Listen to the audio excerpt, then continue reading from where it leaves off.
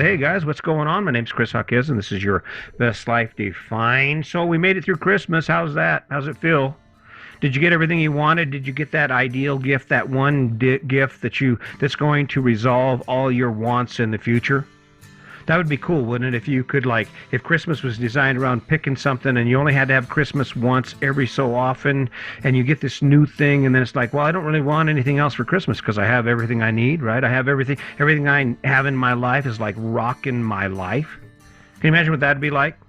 To get an idea in your head and say, okay, hey, what about this? And the next thing you know, you can actually just do it, right? You can just actually roll out there, and it's like, all right, it's on, because money's not an issue, time's not an issue. You were born with a golden spoon in your mouth. That would be crazy cool, wouldn't it? How come it doesn't work out that way? I was thinking about that on today and after Christmas. Christmas is a prime example. I mean, how much great stuff did you get? If you're like most people, I would guess that you have some guilt around the whole Christmas holiday, because you're sitting there and it's Christmas morning and you start breaking out the presents and you cringe because you're like, oh, you don't feel like you got them enough. And of course you look at your budget and there isn't any money.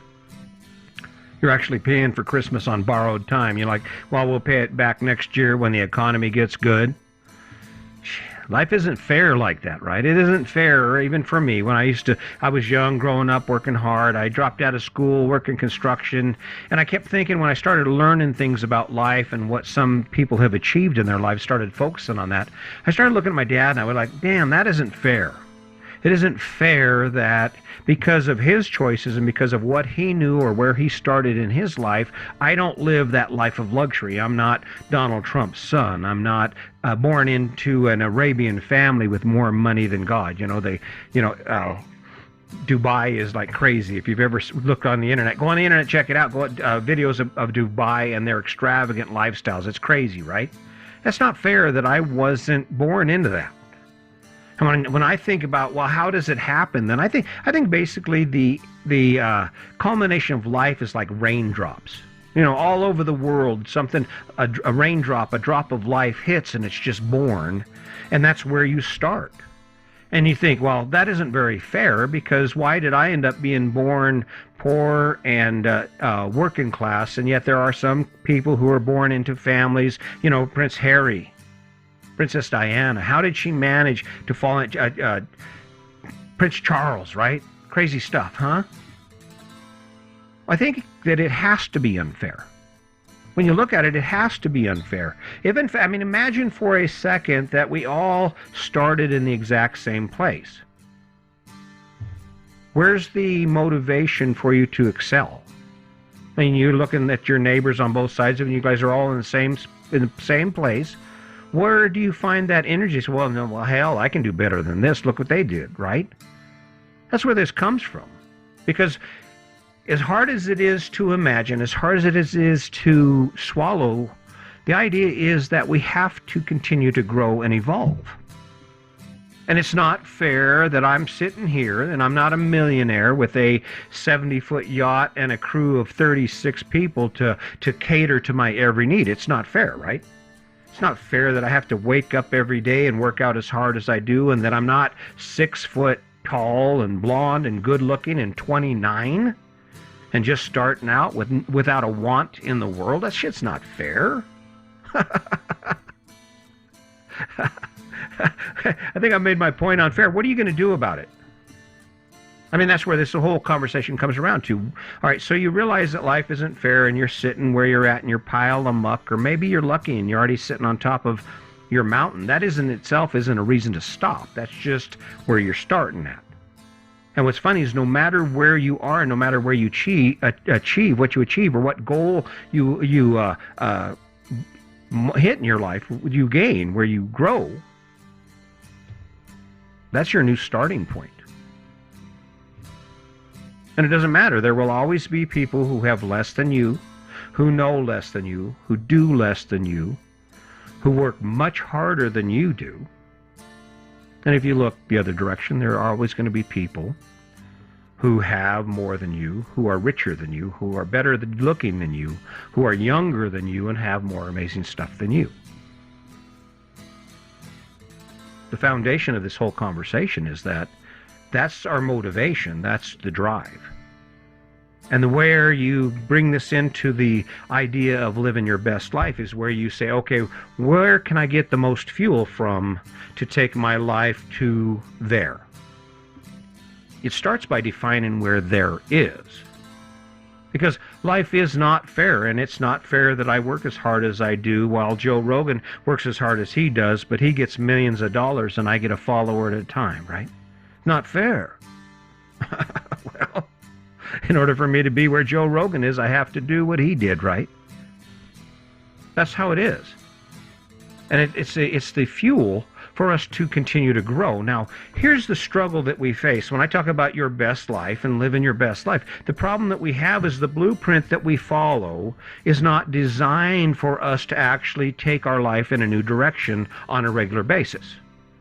The design, the model we've been given for how we live our best life or how to live our life is about us setting ourselves up into a position where financially and time-wise and energy-wise, the only thing we have energy left to do and resources left to do are what we're currently doing.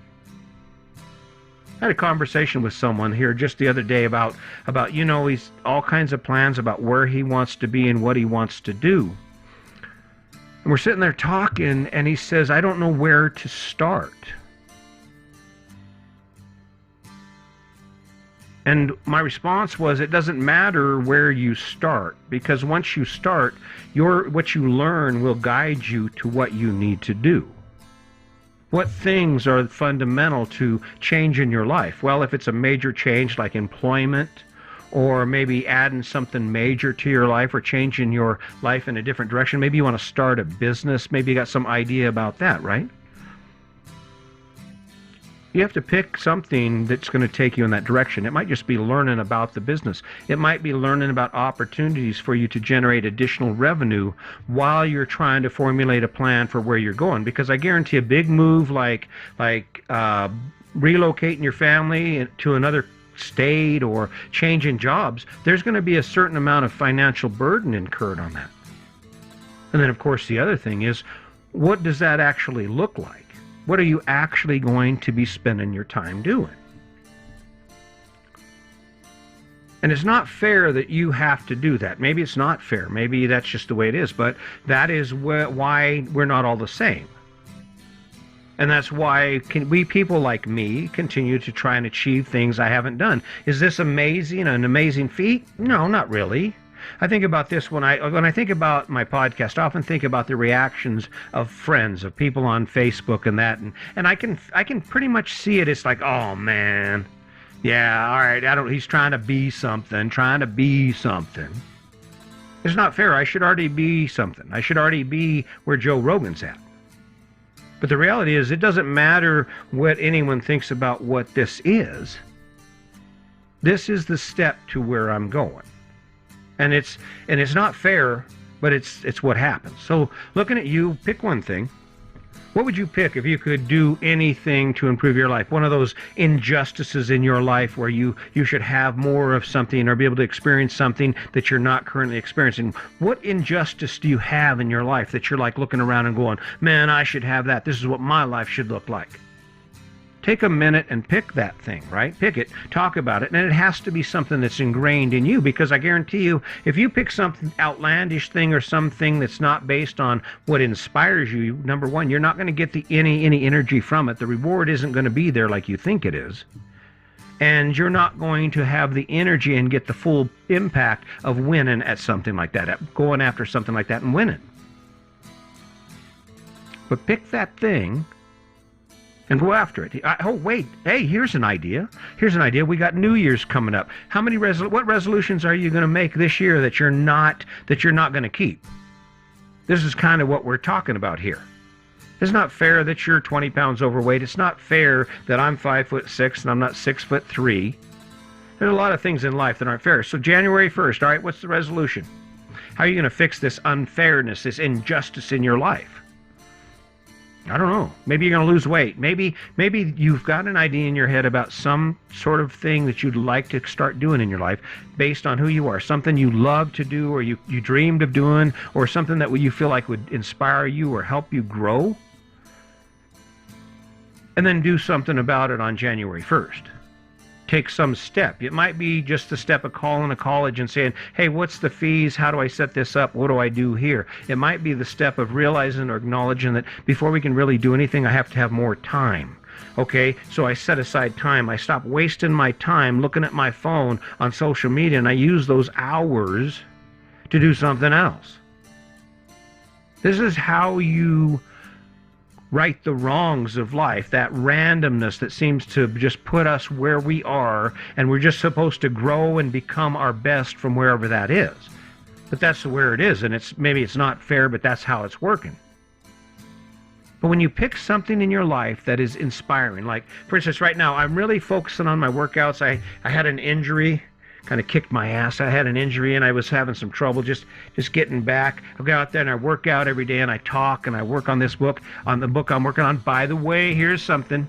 It's not fair that I'm not already a published author. It's not fair that I have to sit down every night for like 4 hours and go through a book and edit it using Grammarly, and then you go back through and you edit it again and you just keep working. It's not fair. I should already be a millionaire. It should already be a top 10 bestseller on the New York Times list, right? It's not fair. What am I doing about it? I'm putting in time every day, committing time every day to making that happen. I'm taking action every day towards making that happen. See, the reality in the end, it doesn't matter whether it's fair or not. Because the reality is, when you think about its fairness, that is a hurdle, that is a crutch that's preventing you from actually taking the kind of action you need to take to accomplish the goal. And that's where people get stuck. Don't focus on what's not fair. Focus on what you want. Focus on what will make your life better for a long time, for the long haul, and then pick something you think might take you there. And if it doesn't seem to be working, pick something else. Pick a path. Save some money. Find some time. Spend some time thinking about where you are, where you need to be, what you need to do to get there. Maybe an Audible book. Maybe an audio. Who knows? This is where it's up to you. But if you want to right the injustices in your life, you have to start by moving towards something to correct the issue. So, yeah, life isn't fair. It wasn't fair. I should be 6'2", blonde, good-looking, and already a millionaire. It's not going to happen until I take the action to make it happen. And just like me, this is the same thing you're going to have to do if you want to live your best life.